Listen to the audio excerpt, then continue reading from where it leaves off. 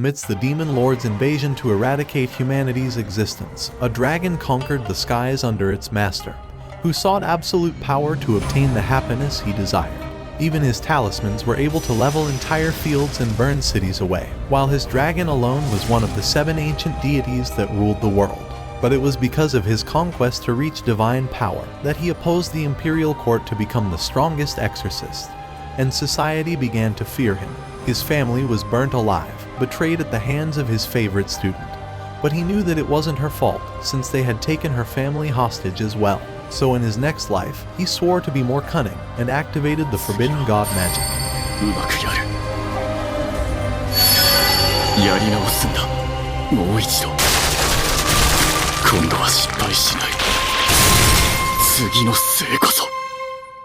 Under the full moon, his soul possessed a child as his father assessed his magical potential.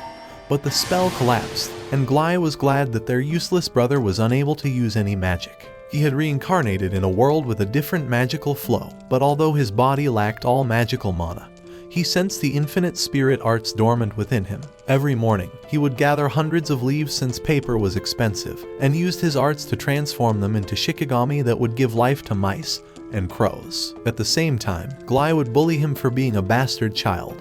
But even when Seika would ask him to stop, he would grab him by the collar to punch him. However, the crows began attacking Glai.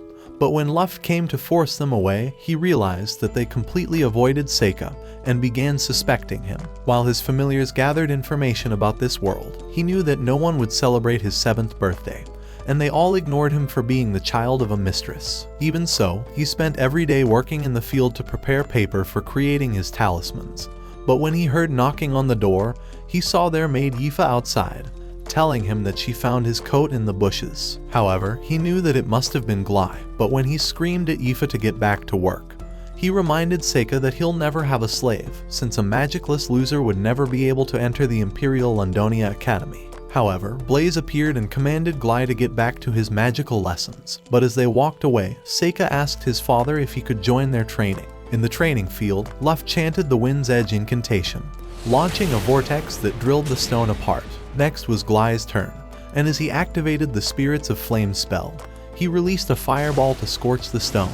However, he was glad that Seika came out to embarrass himself in front of their father. But as Seika wielded the wand and remembered his vow to hide his power in this life, he realized that the strong always exploited the weak. So he activated his spiritual arts to pretend as if he was using magic, and incinerated a rock before launching it away, pulverizing the stone out of existence. No one had ever performed an incantationless spell before, especially for a blue fireball. But Glai thought his magic must have remained in the wand. However, when Seika asked his father if he could learn magic, Blaze told him that it was useless to train a talentless mage, but decided to assign him a tutor like his brothers. For the next 4 years, he began learning the world's language along with secretly spying on his siblings. But Blaze continued wondering if he was half demon. By the time he turned 11, he remembered the 7 deities he had sealed away, and was finally prepared to summon his least threatening servant into this world. So as an ancient door materialized before his eyes, a hot girl emerged, but Seika couldn't recognize who she was. However, when she jumped on him, he realized it was definitely the dumb bitch Yuki, but wondered why she was no longer a beautiful woman. Realizing that his spiritual power must be a lot weaker in this young body, she swore that she'll serve him forever, but he revealed that he was only testing the dimensional gate's abilities in this world. So as he tried sealing her ugly ass away, she transformed into a small fox, swearing that she would never leave his side again. The following morning, Glai began screaming at Yifa for dropping the water on his clothes. But as he kept scolding her, he said that he would be willing to forgive her if she came to his room, and would educate her on what it meant to be a slave.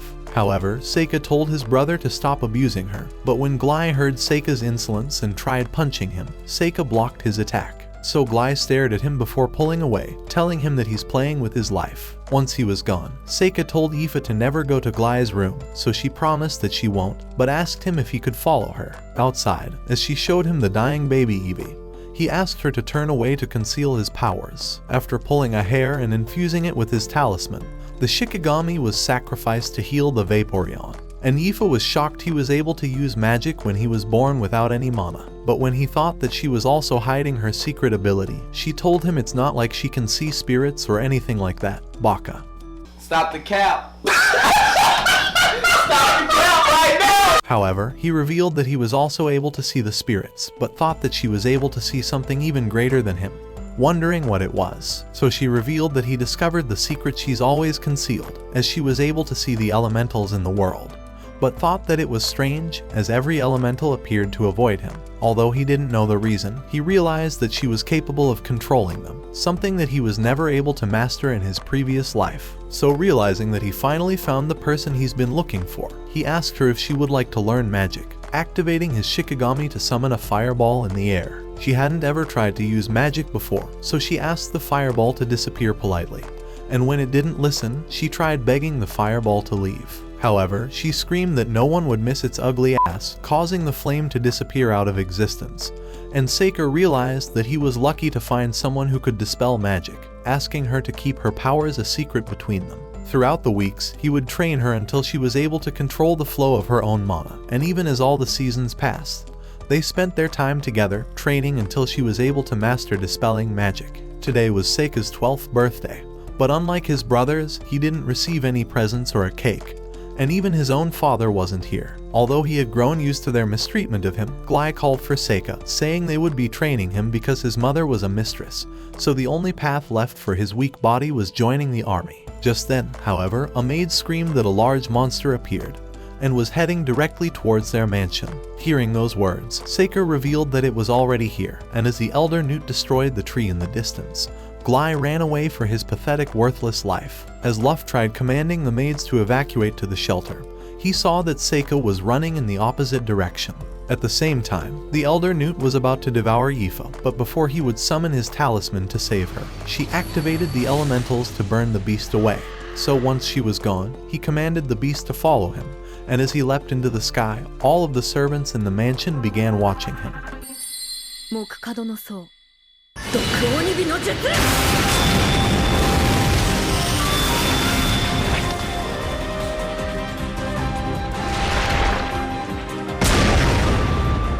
The veins inside of its body began absorbing the poison, but he had secretly completed its taming, leaving his brother wondering how he defeated it with a single attack. Everyone thought he was incredibly powerful, so he waved back at them, glad that everything had gone according to his plan since he reincarnated.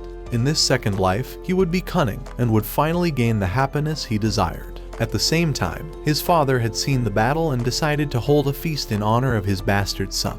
But although the worthless attention whore was pissed off, Blaze wanted to reward Seika for defending the mansion. So Seika revealed that he did have one request, asking for his permission to enroll in the Londonia Magic Academy. But when his father accepted his request, Seika asked for Yifa to be enrolled as his servant as well. However, Blaze thought that she lacked mana, but Seika told him to shut his worthless f***ing mouth and decided to show him her power. Before everyone, he asked Yifa to shout Flame Knot before giving her his wand. So because she wanted to stay with Seika her entire life, she began to awaken all of the flame elementals in the forest. As she said the word Flame Knot, a massive mid-rank fireball erupted outside of the window, so when Seika asked if his dad was satisfied, he said that he would enroll them. But Glai's ugly ass thought it was unacceptable. The Lamprogues had never allowed two brothers to follow the same path, so he thought that their tradition shouldn't be broken for a failure and a worthless slave. But his father said that he was going to still uphold their traditions. The one joining the army would be Glai.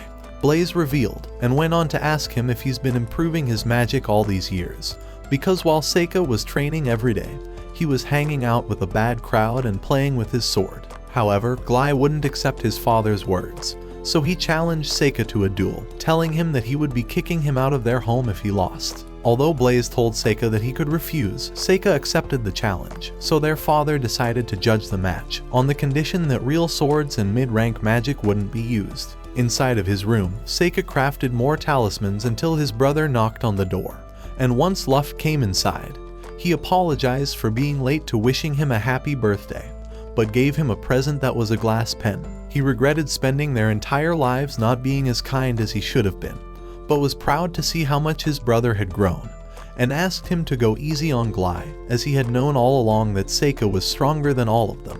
Under the two moons, Yuki thought Luft's present was worthless, but Seika told her that she was the one who's fucking worthless. However, he realized something was off and commanded her to hide, as the window blasted open.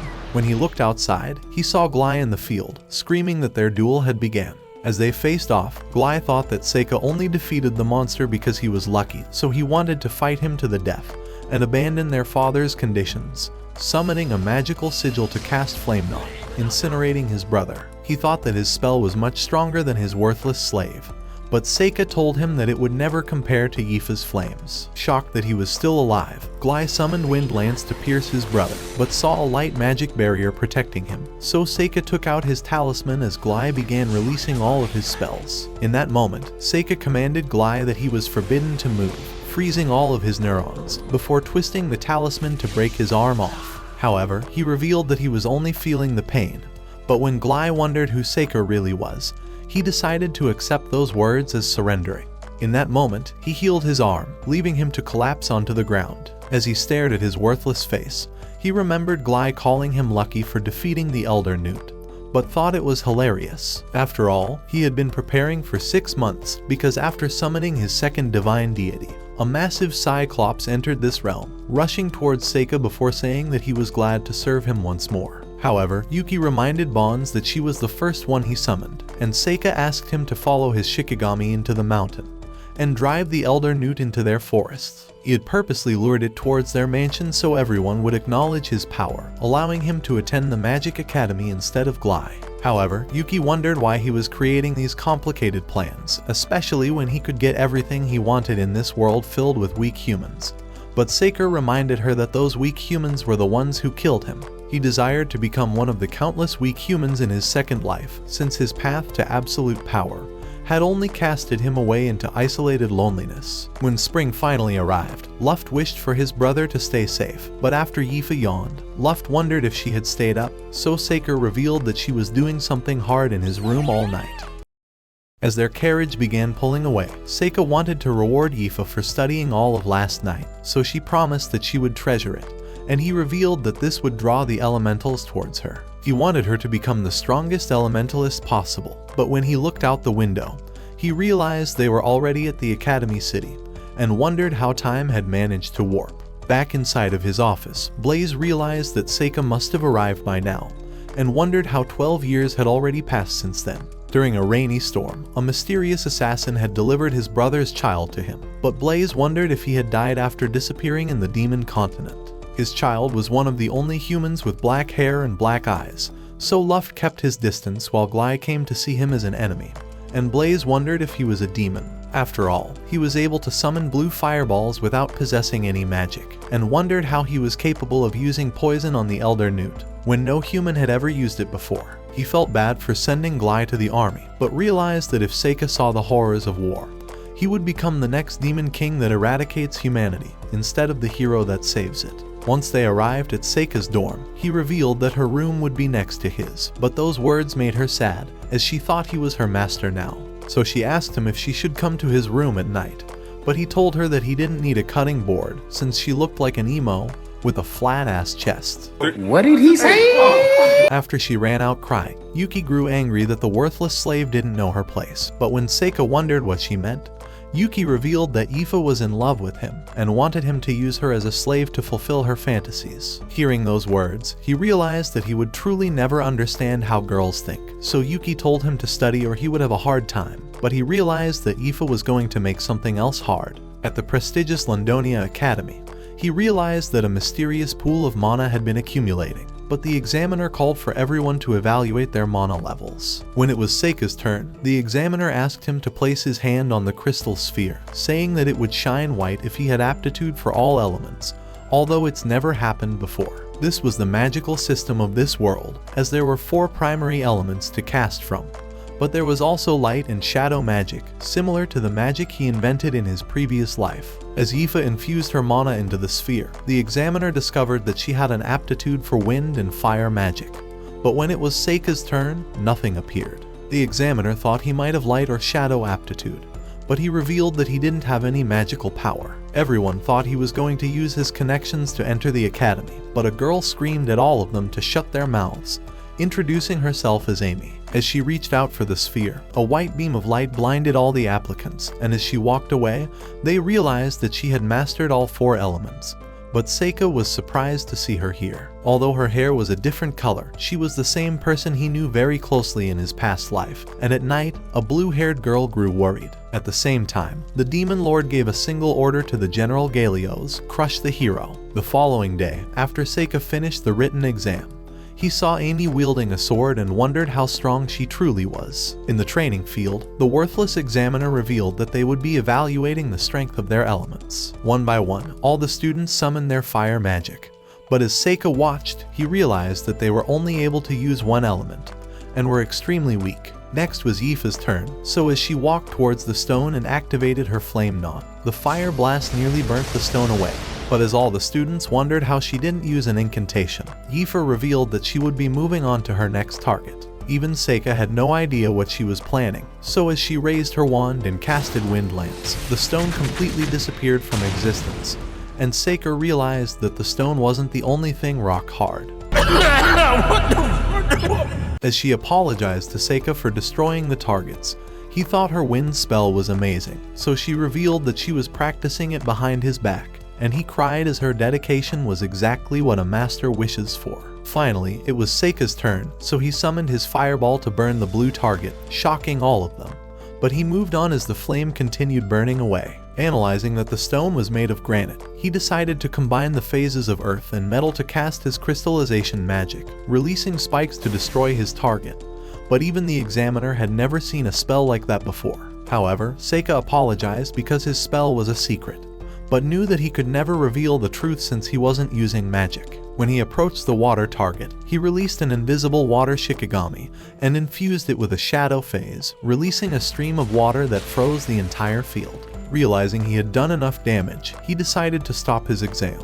But Yifa laughed, glad she had the strongest master alive. With the sun setting, the examiner wondered how both of them were able to release the strongest spells in the history of the academy, when they barely possessed any magic. However, nothing could surprise him anymore, since someone even more powerful than them had appeared, and had mastered all magic types at a young age. The red-haired examiner realized that she might be the hero, the one who was born when the Demon King revived. The results of the exam were finally announced, and when Seika searched for their names, Yifa begged him to not abandon her if she failed, but he saw that he was the 3rd person on the list. However, Yifa was ranked even higher than him, but he tried congratulating her, although he was shocked that she beat him on the practical exam, and saw that number 1 was Amy, realizing she was the one person he's always looked for. Several days after the announcement, an invitation was sent to all those who enrolled in the academy, but Yifa wondered if her skirt was too short. Seika told her that it wasn't, because he wanted it to be even shorter. As they walked towards the entrance ceremony, Seika sensed dark magic from behind the bushes, and Yifa realized something was off as she noticed dark elementals hiding inside. After walking deeper into the forest, they found a demonic sigil, but although Yifa thought it was evil, Seika told her to ignore it since it belonged to the school, while secretly releasing invisible talismans to monitor the area. Inside the hall, when the entrance ceremony began, Amy walked up the stage and announced that she was the representative for the new students. At the same time, the magic circle lit up outside, and as Seika sensed that monsters were drawing closer to the hall, the doors exploded at that instant. So as lesser demons appeared before their eyes, the useless students began to run away, but Seika noticed they were searching for one of them. When one of the demons tried to end a girl, a sword sliced his hand, as Amy appeared to save the girl. And as she evaded his strike, she launched wind lances across his body and told the disgusting students to get out of her way. However, Seika noticed that the demons were too slow and thought they were being controlled from the distance. So as he decided to scan the outside, he found the caster inside the forest. So he told Yifa to use her magic to run and hide if it got dangerous, before teleporting away, and leaving his talisman behind. Before long, he began walking towards the demon, reciting a poem about a night with a full moon, where one of them will meet his doom. But when the demon thought his poem was as useless as his ugly face, Seika said roses are red, violets are blue, your mom's a fat-ass gorilla that belongs in the zoo.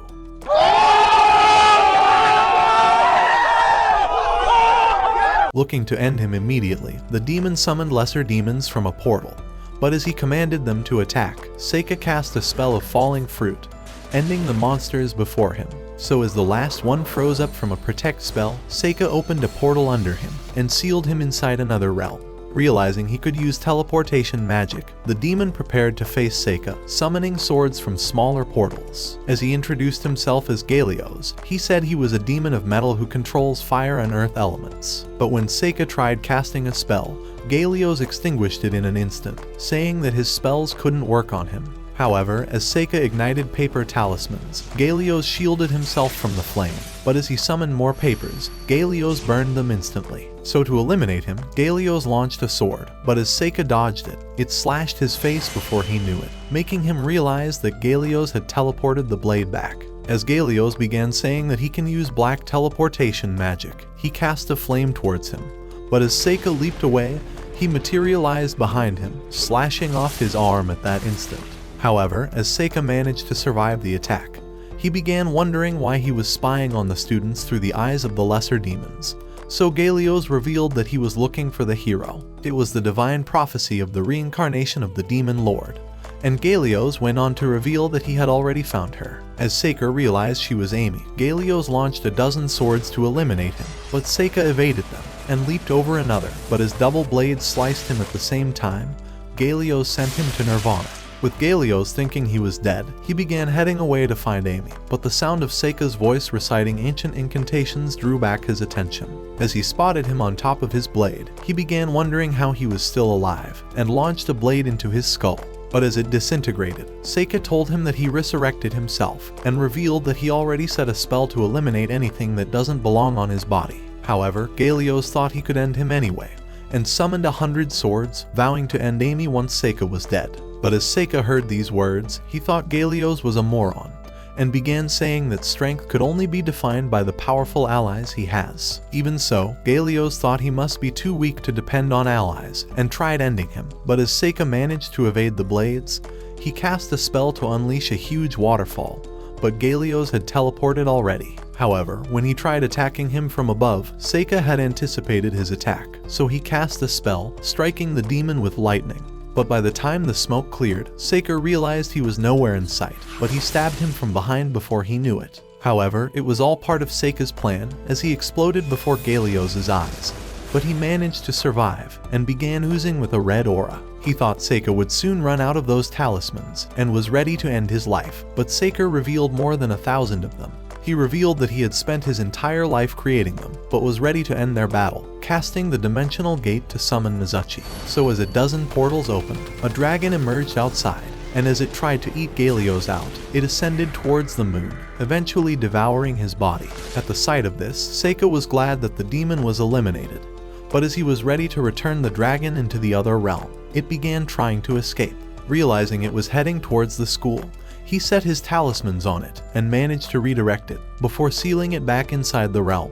He wondered how a weak deity like Mizuchi was able to escape, but realized that his useless body was still too weak, so he needed to grow older before commanding the remaining 4 deities. Just then, Yuki jumped on his body, revealing that she was hiding the entire time, but thought it was reckless that he allowed himself to get killed. However, Seika revealed that it was part of his plan, as he now could use his Shikigami to resurrect himself from the dead. By the time he returned to the hall, he realized that all the students had been injured, but Aoife told him that Amy had killed all the lesser demons. As Seika heard these words, he realized that Amy was the perfect person he needed as an ally. After all, he could easily stay hidden while using her to advance his plans, and although he needed to become her friend, he wouldn't be sad if she lost her life at the end. In order to gain his happiness, he vowed to make her the strongest person in the world, even if he had to defeat the Demon King himself. A month had passed since Seika attended the academy with Aoife, but when he saw Amy and tried to greet her, she told him to do a favor for humanity by ending his miserable life.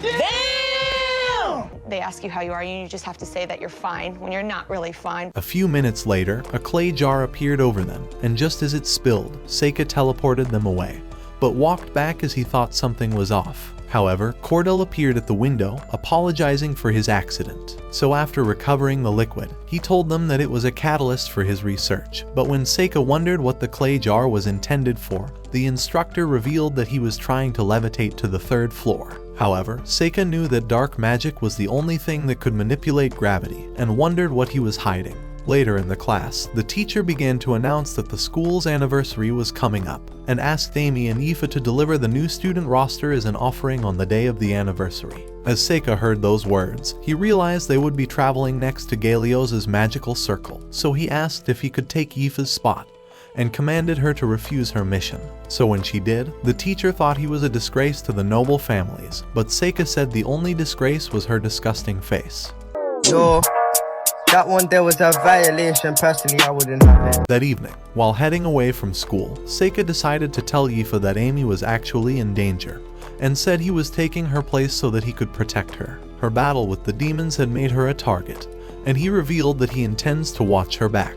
However, Aoife wondered if he was into Amy, since she was pretty and slim with red hair, but Seika revealed that it was Amy's strength that he was after, and that he only wanted to become her friend. Hearing those words, Aoife swore that she can also grow stronger, but Seika wished that she would help him instead, because Amy's power must have isolated her throughout her life. On the day of the school ceremony, the teacher handed them the roster, but as they headed into the forest, Amy demanded to know why he volunteered to replace Aoife, so he told her that he wanted to be her friend, and that he wanted to have a long chat with her. However, Amy thought that she couldn't satisfy him, especially when he already had a slave with massive milkers. But he told her that she was wrong, and that she was exactly what he would look for on a beach, because she was as flat as a surfboard. Bodies, bodies, bodies, bodies! As she thought he was an ugly creep, her mind was shocked at that instant, and as Seika sensed the presence of a dark spell, he went towards the source. Just then, they came across a magic circle, but at that moment, a portal opened, teleporting them instantly. They were transported inside a dungeon, and a group of lizard creatures appeared before them.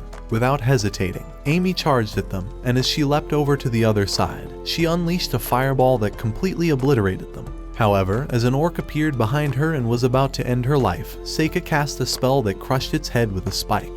But she had never seen his spell before, so as they began looking for the exit, Seika cast a new spell to light their way, and Amy was shocked that he could also use light magic. At the same time, he was casting talisman signals to help his Shikigami on the outside to detect their location. Just then, a bunch of goblins rushed at them, but Amy slayed them with quick strikes, and as she managed to block an attack, she slashed the monster's arm off. Before she knew it, he returned to end her life and smacked her into the wall. However, as they prepared to terminate her, Seika cast a wood spell, impaling them with stakes, but Amy lost consciousness at that moment. So as the rest of the goblins began charging at the same time, Seika realized that he could finally use his real powers, summoning Oriyoshi from the divine gates of hell, and eliminated all the goblins before him.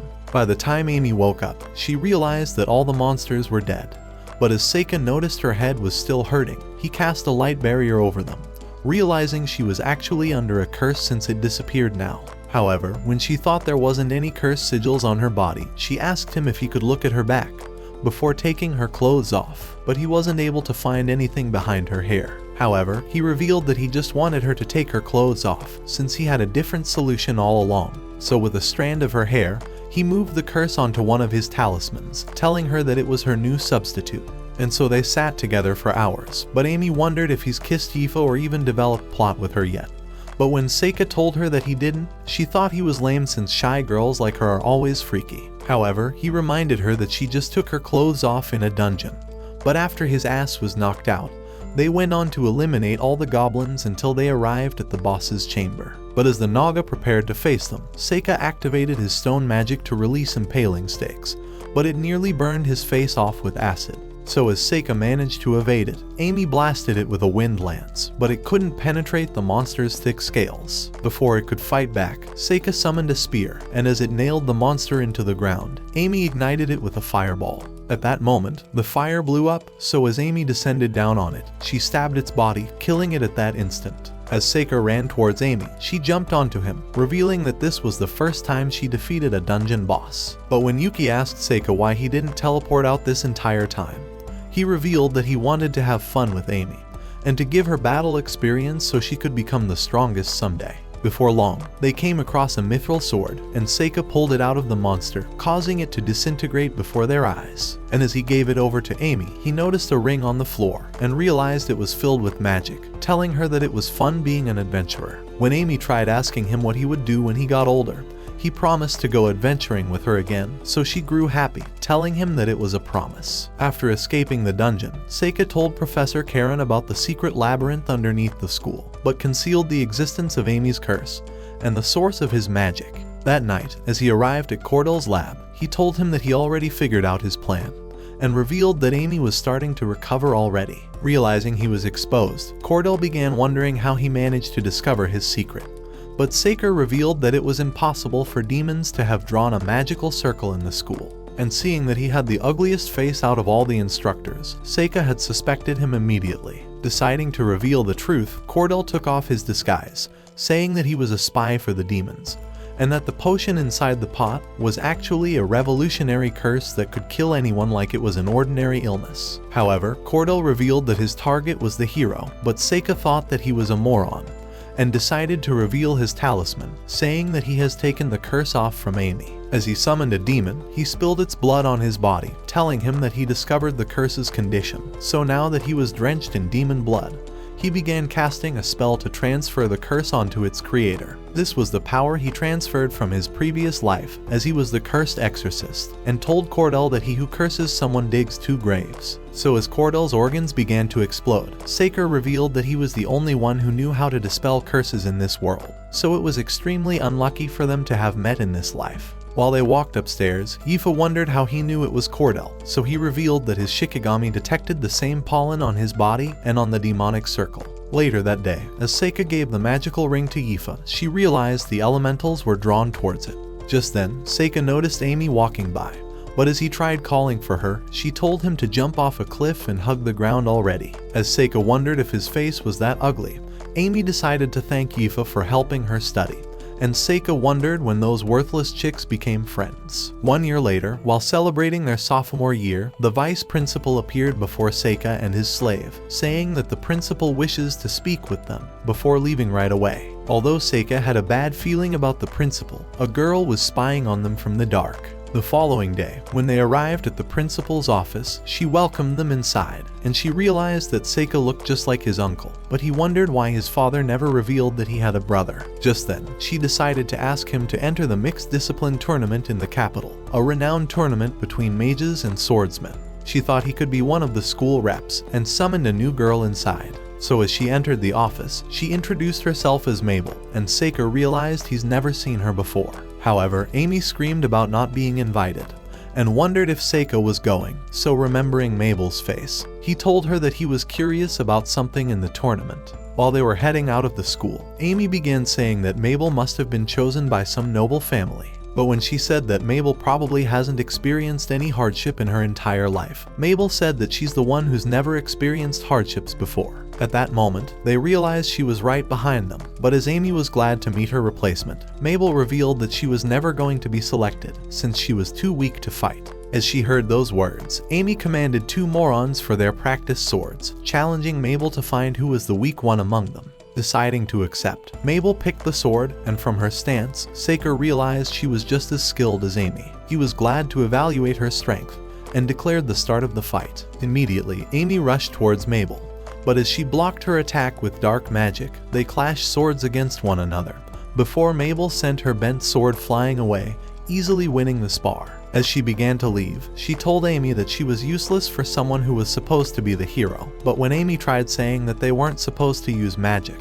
Mabel told her that her excuses would only make her weaker. Right then, she began to tell Seika that he's going to get hurt in the tournament, so he thanked her for her words, before she walked away. The following day, they began heading off to the capital for the tournament, but Seika was wondering why the fuck he was stuck with Yifa's and Amy's disgusting faces. When Yifa began saying that she's his servant, and should stay by his side at all times, Amy revealed that she's never been to the capital before and wanted to see it. However, Seika knew she was lying, since her only desire was to watch Mabel in the tournament. So when he asked her where she would be sleeping, she said that she would sleep in Yifa's bed, but Mabel thought they were all pathetic. After all, they were the same age, but they acted as if they were children without a care in the world. However, Yifa revealed that she was a year older than them, and although Amy was shocked at first, she realized that it explained her massive personality. By the time they arrived at the capital, the girls realized that Seika was carriage sick, but discovered that Mabel had disappeared from the group. Before long, they arrived at the board, and Seika decided to investigate why the academy chose him instead of Amy. The following day, as the tournament was about to begin, Seika noticed his amulet, and realized it was designed to take magical attacks, but would break once it absorbs too many of them. Just then, the announcer introduced him as the first participant, but his opponent arrived on the other side of the field. He was from the Garl's mercenary band, and he told Seika that this would be the last day he was alive. But Seika told the man that he was having a headache and was really tired. However, when the mercenary thought he was making excuses, Seika told him he would end the fight within a second. As his words made him angry, the loser stabbed him as soon as the round began. But when he realized he actually pierced a talisman instead, Seika materialized behind him, blasting him into the wall. So as they realized the loser was down, the announcer declared Seika to be the winner. However, while he was walking through the tunnel, Yuki told him to purposely lose his next match, thinking he was drawing too much attention to himself. But as soon as he rejoined the girls, the second round of the tournament began, and as Sorcerer Ford appeared in the arena, his opponent showed up from the tunnel. His name was Kyle, a guard from the Rujiok Merchant Association. But just as the contest began, he cast a spell that froze his enemy in place. As he began approaching him, while everyone was wondering why Ford was standing still, Kyle pierced him in an instant, making him the first fatality in this tournament. But as he began to leave, Seika decided to study his expression, and realized he was a veteran killer. He thought he has a dark history that should make him a wanted criminal, but wondered why he was intentionally sent to join the tournament. On top of that, he already figured that Kyle was a caster, and thought he was one of the few casters who could put spiritual power into their gaze and curse their opponent with their evil eye. When it was time for the second round, the announcer summoned Seika into the arena, but when his opponent arrived, he discovered it was a puppet. This made him realize that he would be going up against a mage, and as the loser appeared from behind the golem, he began saying that he created it for anti-magic combat, and that Seika has no chance of winning. However, as the contest began, Seika summoned a ghost that slashed the golem with quick strikes, causing it to fall apart. The announcer thought Seika managed to tear it apart with his wind magic, but when he threatened to obliterate her out of existence, she surrendered immediately. As Seika began walking down the tunnel, he was relieved that his trick wasn't discovered, and told Yuki that he could be disqualified for summoning a monster into the arena, since incarnating beasts was forbidden. By the time he rejoined the girls, the new round was about to begin, and Seika noticed Mabel facing off with her opponent. His name was Howlo the Brick Wall, and he thought he would easily crush Mabel with his earth powers. So just as the fight began, Howlo launched a rock blast towards her, but she sliced it easily. Shocked at the sight, the loser continued launching rock blasts, but Mabel sliced everything. As she began walking closer to him, Howlo realized he's screwed, and started casting a new spell. Immediately, he summoned a stone wall for defense, supporting it with another spell, but Mabel hurled daggers into it, shattering it instantly. Unwilling to surrender, the loser summoned half a dozen walls to keep her away, but Mabel destroyed them in an instant, and Seika thought she was using gravity magic. At the same time, Howlo began running away, but as Mabel rushed towards him, she sliced his staff, and the man's life was already flashing before his eyes. Having no other choice, he decided to surrender, and the announcer declared her to be the winner, calling her the red-haired hero. But as Seika heard those words, he began wondering how Mabel became known as the hero, so Yifa revealed that the second hero in history was called Mabel, and that this Mabel also happened to wield her sword. Although it seemed like a good cover story, Seika knew she was hiding something, and wanted to discover her secrets. At dawn, a loser was preparing a message for the demons, but as he sent off the pigeon, a larger bird captured it before his eyes. And at that moment, Seika appeared before him, saying he already discovered that he's a spy for the demons, and that he successfully trailed him here. However, when Seika demanded to know what was inside the message, the man told him to get lost, and began to leave. But as he thought Seika was defenseless, he tried to end his life, but Seika cast a spell, restraining him with binding vines. Realizing Seika already discovered the secret, Gasita began wondering how he found him, so Seika revealed that he had spied on him through the eyes of an owl, and demanded to know who he was spying on. But when Gasita wouldn't say, Seika revealed that he would interrogate his soul. So as he summoned Satori, the fifth deity from the heavenly gates of hell, it began to read his mind as it gave him nightmare fuel, revealing every single thought he had, just as Seika was asking the questions. She revealed that he was after the hero, Mabel Crane, since she was born at the same time as the ancient prophecies, and happened to be a female with red hair, who was the strongest wielder of the sword in their academy. With Seika having already learned everything he wished to know, he decided to release the ugly loser, but told Satori to eat him as her reward. At that moment, Satori devoured him, but when she was done, she began to read Seika's own mind, as he felt bad for killing an innocent man. However, Seika grew angry and threatened to kill her where she stood. But as he decided to summon the portal, Satori returned into her realm. With the coast clear, Seika called for his bird, and as it retrieved the message, he decided to open it. However, it was written in an unusual code, and Seika wished he asked how he could decode the message. Luckily, he already discovered the Academy's true motive, and thought they were trying to make Mabel win the contest, so that the demons would be convinced that she's the true hero, forgetting about Amy's existence. When Yuki wondered if he has discovered why the principal chose him for the second slot, Seika revealed that he would figure out the entire truth in a matter of time. The following day, when the semi-finals was about to begin, Mabel confronted Seika in the tunnel, and told him to forfeit, saying that the tournament was nothing close to what he thought it was. Unwilling to allow her to decide his future, Seika told her that he wouldn't forfeit the round, so she began telling him that she's not willing to lose to him, and was even willing to kill him. Even so, Seika wouldn't heed her words. When it was time for the first round of the semi-finals, the first mage appeared in the arena, and when Kyle arrived as his opponent, Reinaz cast a light spell to protect himself from Kyle's evil eye, but the menace began to approach him. Desperate to keep him away, Reinaz launched a fireball towards him, but he was unscathed and continued walking anyway. So with Reinaz scared for his life, he began launching more fireballs, and blasted him with every single element.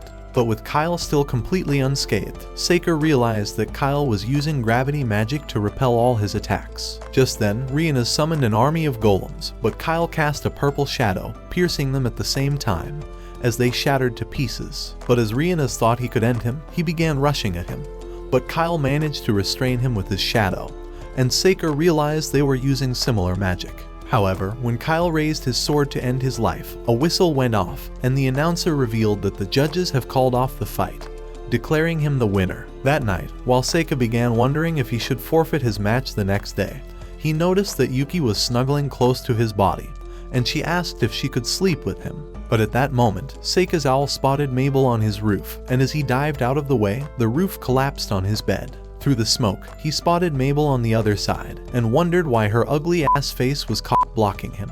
Without an answer, she hurled a knife at the wall, and immediately tackled him out of the window, but he managed to kick her off, creating a distance between them. As she hurled a knife at him, Seika managed to dodge it, and at that moment, he tried to restrain her, but as she sliced the vine and stabbed his body, he disappeared before her eyes. So to blast her away, he cast a spell of internal release, but she managed to remain in balance.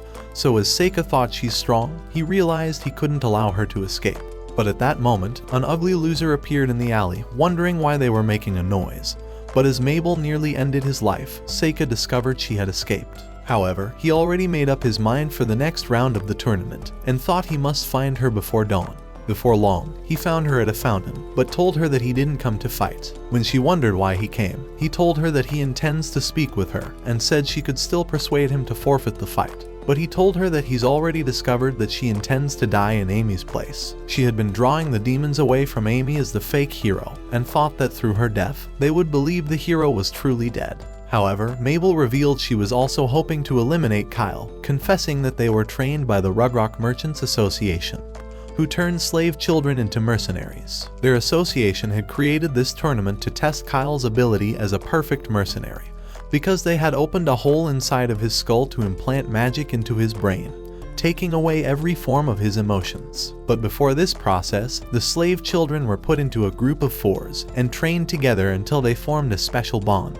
However, only one of them would be made into a mercenary, and only after eliminating the others would he be considered a perfect mercenary. So with Mabel being the last survivor after Kyle, she thought it was her duty to end him in the finals, seeing as he already killed her brother. But after hearing those words, Seika thought she wasn't only flat, but was also a liar. He knew that Kyle was actually her brother, and that her red hair was only a disguise to convince everyone that she's the hero. Realizing he's discovered everything, she decided to reveal the truth, and said she intends to kill Kyle to free his soul. However, Seika thought she was too weak to do so, and said he would defeat Kyle in the finals. As she began thinking it wasn't possible, He told her that he's the strongest man in their world, and believed that Kyle's only desire was to see her free from the association.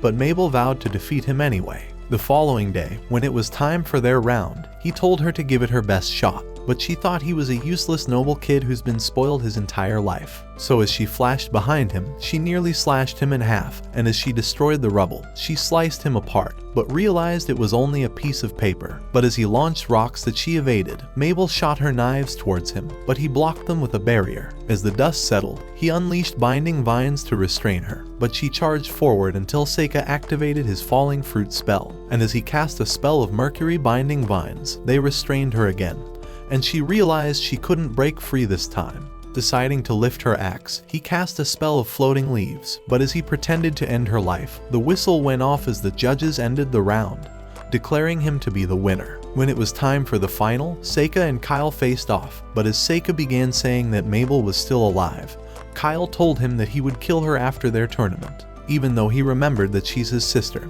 he had completely lost every emotion for her, but Seika vowed to make him apologize to Mabel. As the round began, Seika cast red mist all around the arena floor, rendering his evil eye useless. But when Kyle began walking towards him, Seika blasted him with ghost light. But as he was unscathed, he summoned mercury binding vines to restrain him. But the purple shadow destroyed it instantly, so he cast his shadow towards Seika. But as his barrier repelled it, Seika thought their fight was useless, so the divine gates of hell appeared before Kyle's eyes. In that moment, he summoned Oshioni, the fifth deity, and as the Minotaur emerged from the dimension, Kyle's shadows tried piercing its body, but its skin was stronger than steel, and the beast bashed his worthless face. With Kyle knocked unconscious, Seika thought he lost because he was never able to recognize his own limits. But as a seal began spreading across his body, the curse began eating away at him, even when inside of the barrier. As Seika began wondering how he could save him, Kyle stopped him and asked him to apologize to Mabel on his behalf. However, Seika grew angry at the thought of being bested by a curse, so he summoned 1,000 talismans at the same time. And looking to neutralize the curse, he prepared to cast a spell that would remove the curse from Kyle's body, and would even revive him from the dead. But as a beacon pierced the heavens, Yuki began telling him that it was dangerous to use his ultimate spell, as everyone in the arena would discover his secret powers. This mistake had cost him his previous life, and as the memories returned into his mind, Seika decided to stop the spell. However, by the time the fight was over, Kyle had mysteriously disappeared, and Seika had told everyone that he destroyed him without a single trace. But after the tournament, he buried him outside the capital, allowing Mabel to pay her last respect, and she told him that she knew her brother was cursed already. The end of their tournament arc had arrived, and the following day at their academy, Seika visited the principal's office and revealed that he saved Mabel just as she hoped. So as she realized that he already discovered everything, she began telling him that it was all part of the association's plans from the very start, as the only purpose for the tournament was to test Kyle's ability as a mercenary. After Seika arrived at the cafeteria, he noticed that Mabel had dyed her hair purple, but thought she was somehow even uglier now. Damn! Even so, when he wondered why she didn't visit him last night, she told him that he was drilling her too hard, and wanted to practice feeling his sword striking her body slowly. As Seika told her that it was her best hope for passing the exams, she began saying that her body was sore already and asked for Yifa to try and talk to him. However, Yifa thought Seika should pound his lessons even harder into her, and Mabel realized she was screwed. A few weeks later, with their summer break drawing close, Seika revealed that he was heading to the kingdom of Asteria to investigate a rogue dragon.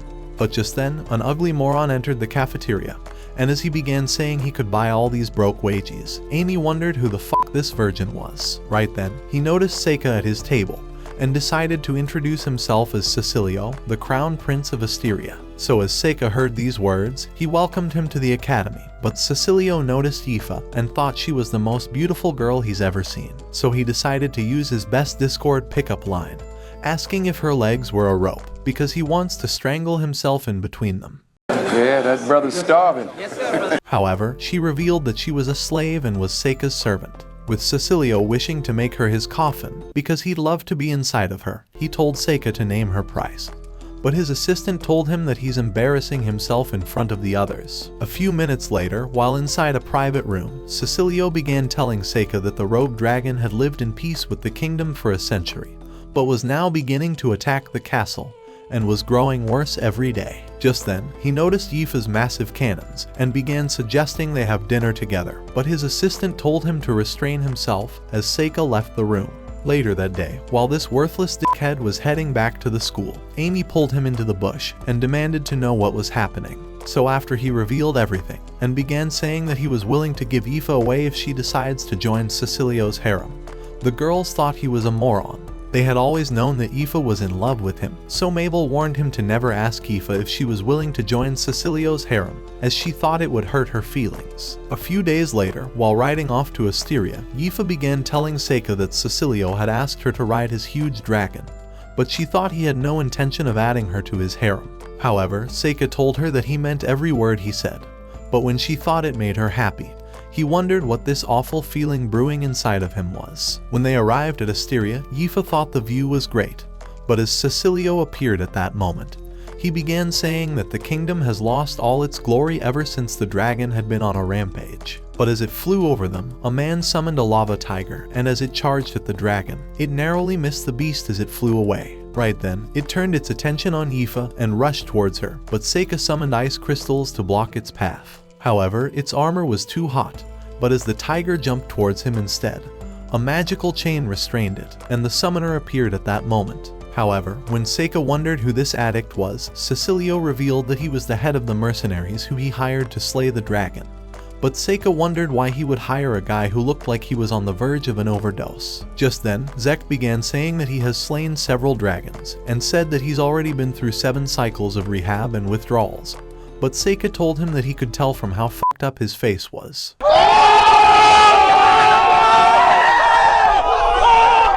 As Cecilio tried separating them away, he commanded Zek to leave, so once he was gone to fulfill his withdrawals, Seika saw Aoife as she was about to thank him, but he began screaming at her for not using magic. After all, he wondered what she would have done if he wasn't around to save her, and if it was a mistake to bring her along. As she started to cry, Cecilio tried saying she merely froze up, but Seika told him to shut his yee-ass haircut up, and commanded Aoife to protect herself with magic next time, as freezing up could have ended her life. As he began to leave, he felt bad for speaking so harshly, but hoped she would be smarter next time. In his past life, he had frozen up while watching his older student get devoured by his dragon, but only managed to seal it afterwards. He was afraid that the same would happen to Aoife, and knew that he needed to be harsh on her to save her life. The following day, they decided to read all the books on the dragon, and discovered that it once lived with a female dragon on the mountain.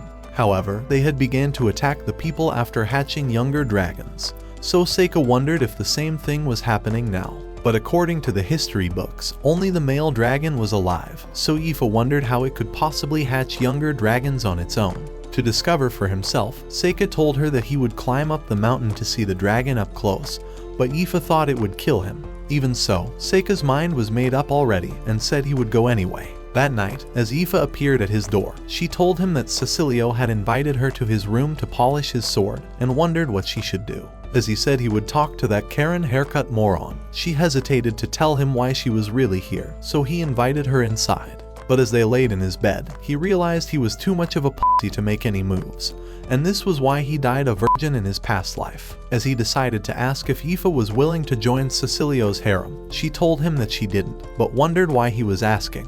As she realized that he didn't think she was good enough for him, she promised to do whatever he wants. But Seika told her that joining a royal harem was the greatest honor most girls would wish for. However, when she wondered if he was okay with her leaving him, Seika revealed that he would be upset at first, but would be happy that she chose her own path. Hearing those words, she told him that she would sleep, and stayed crying all throughout the night, with no one discovering Aoife's feelings. The following morning, he noticed that she was gone, and even Yuki felt bad for how worthless he was, because Aoife was actually in love with him. But Seika thought it was only a crush. However, Yuki told him it was more than that, and wished he would realize before it was too late. As he met Cecilio during his tea time, he told him that he was going up the mountain to find the dragon. But as Cecilio heard these words, he realized it would take him a few days to return, and thought he would have enough time to persuade Aoife, but Seika could guess his thoughts and hoped he would stay far away from her. Later that day, as an elf girl appeared before Yifa and asked to speak with her in private, she told her that she already sensed her magic and revealed that she's a descendant of elves. She told her that the elementals must have led her to them and asked her to join Cecilio's harem, seeing as she couldn't continue to be Seika's slave forever as he was a demon after all. This was the reason why the elementals wouldn't draw closer to him, just as they would avoid any other demon. However, Yifa was certain that Seika couldn't possibly be a demon and began saying that they grew up together.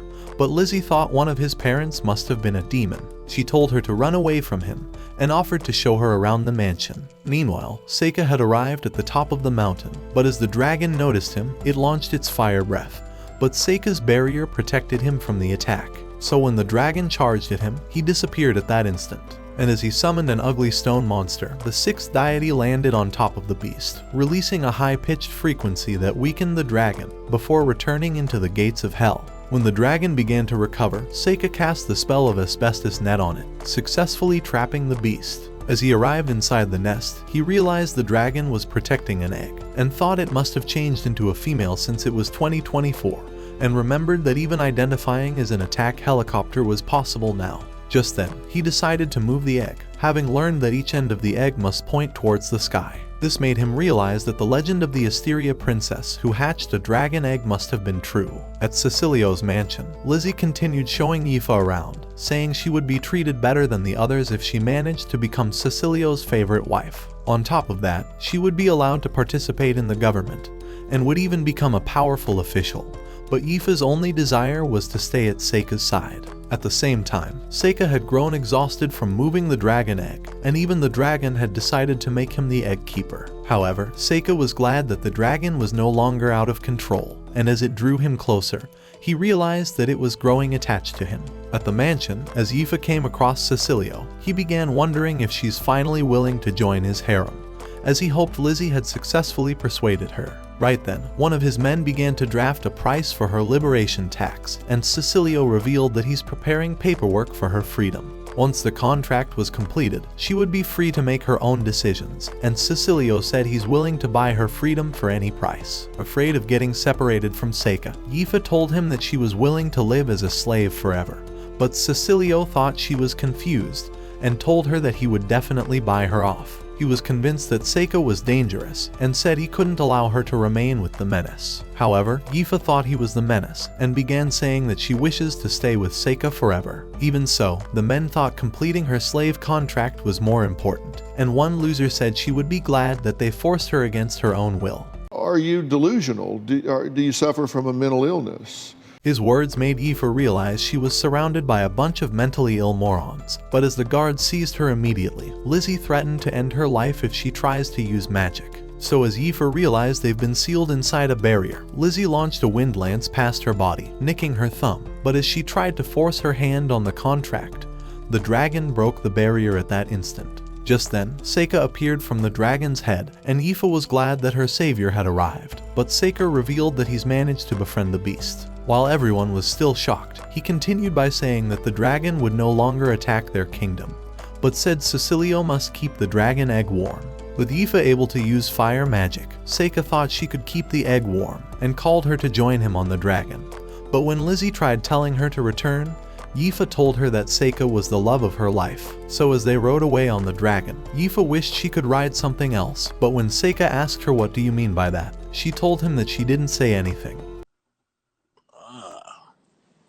So you're a liar. After arriving on top of the mountain, Yifa noticed the dragon egg, but as the useless summoner called forth the lava tiger, it tried to devour them, but Seika trapped it in a transparent fortress. At that moment, Zekt and his team of losers appeared, and as Seika realized they've been trying to steal the dragon egg, Zekt vowed to kill him so that he could protect his secret. He thought Prince Cecilio was the biggest moron in the world. But as the tiger melted off the fortress, rushing towards them, a tall fountain blew it away, and Seika realized it was Yifa's magic. She had managed to awaken the magic inside her ring, and told the addict that she's about to send him back to rehab. Desperate to eliminate them, Zekt directed the tiger to attack again, before commanding his men to follow for support. With Seika completely unfazed, he cast a spell of white flames, obliterating the tiger at that instant. But when he tried commanding the men to attack, the dragon appeared before their eyes, and as the sight scared the shit out of them, they began running away. However, Seika captured them with binding vines, and Aoife burned Zek's spell book. After she neutralized him, Seika said that he was glad that she was able to become stronger, and thought she was amazing for learning water magic. A few hours later, after they returned to the mansion, Seika explained everything that happened, so Cecilio decided to send the men to prison. As he wondered how Seika made peace with the dragon, Seika revealed that he helped it to raise its egg, and thought the legend about the queen was true. Her desire to hatch the dragon egg had made the dragon take her as family, and to protect the kingdom for centuries. So Cecilio told his knights to arrest him, saying that he was responsible for making the dragon go rogue. Deciding to play along, Seika agreed to follow the knights, but when Cecilio began telling Aoife that she's finally free, and can now become his woman, Seika smacked his hand away. Having had enough of his bullshit, Seika told him that he had only went along with his arrest because of their useless politics, but realized that he was only after Aoife this entire time. He called him a spoiled little kid, and told him that he could never give Aoife away to him. At that moment, Lizzie realized that she had seen enough and asked to know Aoife's own feelings. Without hesitating, Aoife told Cecilio that she wanted to stay by Seika's side forever, because even if she wasn't his slave, she wouldn't join his useless royal harem. After he was rejected, Lizzie told Cecilio that his dyke-ass haircut was the reason. It's facts! It's facts! It's not facts. These sites is not facts. And as she thanked Seika for taming the dragon, she asked to speak with Aoife in private. Inside a different room, Lizzie realized that Aoife was in love with him, so she asked for her hand, giving her the ability to tame the light elements. She thought that she was just like the elfin princess in the legends, so she believed that Seika would recognize her beauty one day. Meanwhile, in a forest, a group of sorcerers were eliminating monsters, and as the leader appeared before a random dude, he asked to know where the hero was. However, a huge monster appeared at that moment, and the man was glad that he managed to summon the one-eyed monster with the last ounce of his magic. As the leader drew his sword, the giant slammed him with his axe, but it snapped in half. Looking to eliminate it, the leader flashed towards him, and as he repelled the monster's attack with a dispel circle, he slayed it instantly. So as he returned to the man, he commanded his comrades to devour him, and hoped to find the hero soon. A few days later, with Seika back to the academy, he decided to ask Amy to meet his family, saying that he's been invited home for spring break. As she agreed to follow him, Seika decided to invite Mabel as the third wheel. However, as he began to leave, he realized he wasn't eager to return home, as he had no wish to see the useless guest in their mansion. He thought only his presence would draw attention, and was afraid that it would cost him his life once again. The following day, when they arrived at Seika's mansion, Luft welcomed them, and Seika noticed that he looks less uglier than he remembers. Just then, Glai screamed Seika's name, and as they realized he was wearing armor, Seika wondered if he was enjoying the army, and Glai told him that it was the perfect place for him. However, he still remembered the humiliation of their last fight, and challenged him to another duel. At the same time, Aoife revealed that Glai was the ugly bully who made her life hell, so Amy told him that she would be his opponent instead. When Glai wondered who the f this bitch was, Seika told him that she was far stronger than him, so he would accept his challenge if he was able to defeat Amy. As he grew excited at the thought, Glai accepted the challenge, and told Amy to use her real sword, saying he would use a wooden one. As Seika heard these words, he thought that Amy would win easily, so he commanded that they fight without any magic. Immediately, Amy attacked Glai, but he managed to block her attack. So as she continued striking his sword, putting pressure into her attacks, Glai stumbled back. But when she tried to finish him off, he pretended to cast a spell, and as she got distracted, he smacked off her sword, telling her that he's won the duel. When she began saying he cheated, he said that he never used magic, and all dirty tricks were fair on a battlefield when their lives were on the line. As he appeared before Seika, he challenged him to a duel, saying he already heard that he won the martial arts tournament, and thought he's a worthy opponent. But at that moment, a hot girl arrived, wondering why her holy knight intends to fight in a duel. She thought the fight was meaningless, and told Glai to give his meaningless life a purpose. So as Glai decided to withdraw from the fight, Seika wondered how she forced him to listen, but Glai introduced the girl as Princess Fiona, and the girls were shocked they were meeting the Holy Princess. While inside the mansion, Yuki began wondering who the Holy Princess really is, so Seika revealed that she was born from a priestess, and that her father was the emperor. Inside a private room, the princess began saying that she had been waiting to meet them, and thought Amy looks exactly like the hero in the fairy tales. As she noticed Seika, she decided to thank him for showing up, and said she wishes he would become one of her knights.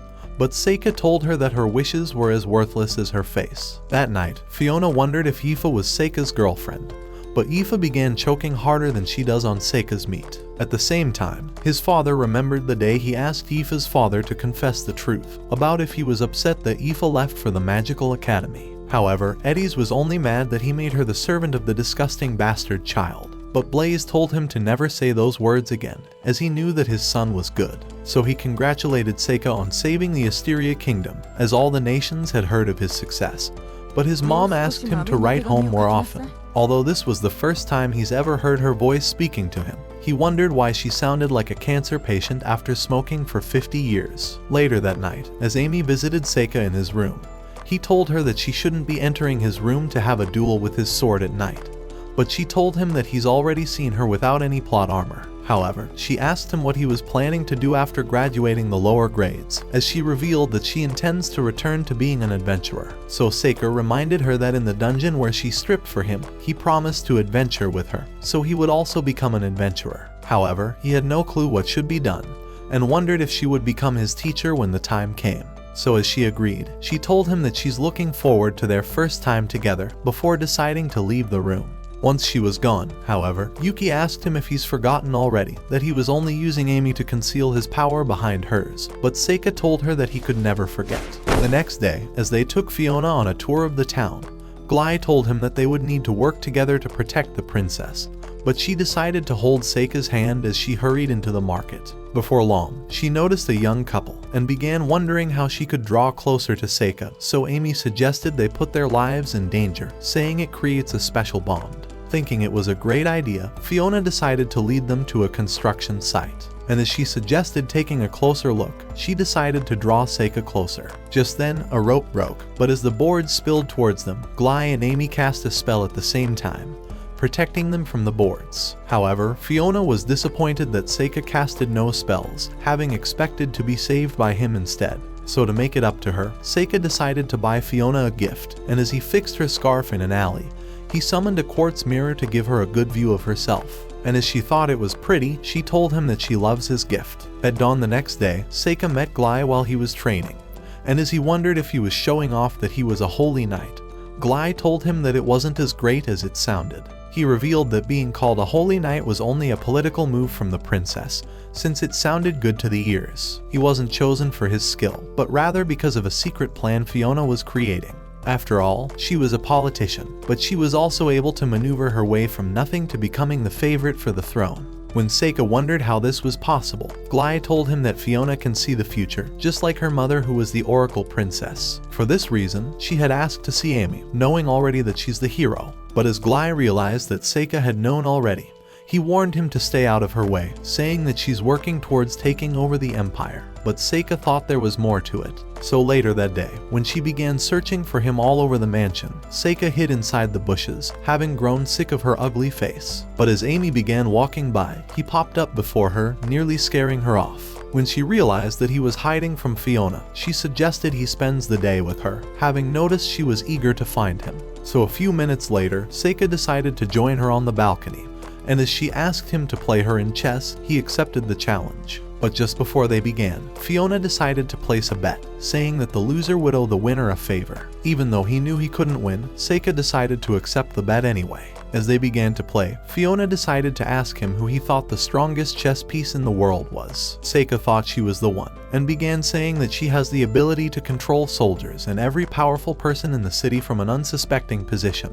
As she thought his answer was smart, she told him that his answer was close, because the real mastermind would always stay out of sight. However, she thought the pawns were the most powerful entity, since the people could easily overthrow an empire when in unison. For this reason, she was looking to have the people's support, and thought this would make her the first choice to the throne. Right then, she told Seika that she would win the game, but Seika already knew she had seen into the future. As she realized he had discovered her ability, she thought Glai must have told him, but Seika revealed he had already figured it out on his own. When she had first interfered in his spar with Glai, he had thought she must have seen Glai losing to him, and after she led him to the spot where the rope happened to fall on top of them, He knew that she was capable of predicting the future. However, when he wondered if she intends to save the Empire with her ability, she revealed that the future was actually unpredictable, and said it could always change. Realizing he couldn't possibly win this game, Seika decided to accept defeat. And at that moment, Fiona decided to tell him that she was intending to save someone that was close to her death, but was afraid that revealing the person would change the future. Deciding to be her personal bitch, Seika offered to help her. Meanwhile, in the forest, the group of demons had annihilated an army of bandits, and as the captain was glad to have seen them grow stronger, he told his men to consume all the bodies. With his new Zorman ability, which granted him the power to see everyone's strength, Zor thought they would succeed and successfully kill the hero. Back at the mansion, Seika and the others were ready to return to the academy, but after traveling for hours, he noticed something was off about the forest as a carriage blew up in front. However, it was the decoy Fiona had set up, so Seika leapt onto the roof to see where they were hiding. At the same time, the men were running away as the bandits appeared on a cliff, and at the leader's command, a group of archers aimed at Fiona's carriage, but Seika cast his magnetic storm spell, so as they fired their arrows, the cloud repelled them easily. Even so, the leader commanded his archers to fire again, but as they did, another cloud repelled their attacks. The sight of it made the leader wonder who the hell Seika was, but as he realized that nearly all the carriages were a decoy, he commanded his men to attack Fiona's carriage with all their magic. So one of the men began to cast a spell and launched a rock towards Seika, but it fell apart on his barrier. With the leader growing desperate, he commanded his men to attack head-on. But Glai emerged from the carriage, glad they had run out of arrows. So as he screamed for his men to attack, they began to subdue the bandits. But Fiona told Seika to capture them alive. Immediately, he decided to summon binding vines, restraining them at the same time. A few minutes later, as he asked Fiona why she decided to spare the bandits, wondering if she intends to use them against her political enemies, she told him that her only desire was to find the men who plotted her assassination. However, Seika thought it was dangerous to keep them alive, but Fiona thought she was safer now, and revealed that the other bandits have all been annihilated. This was their future, and she revealed that the captured bandits would wait for a signal that would never come for the rest of their lives. After a few days, they arrived at the capital, so as Fiona told Seika that she's on their side, she told him to never forget her before heading inside. At the same time, the group of demons were rushing towards the capital, but Zor wondered if they would all manage to escape after killing the hero. Even so, he was determined to end her life for the demon race, and as they spotted the capital before them, he thought their future was about to begin. Watch this next video. Till next time, my fellow legendary plot masters.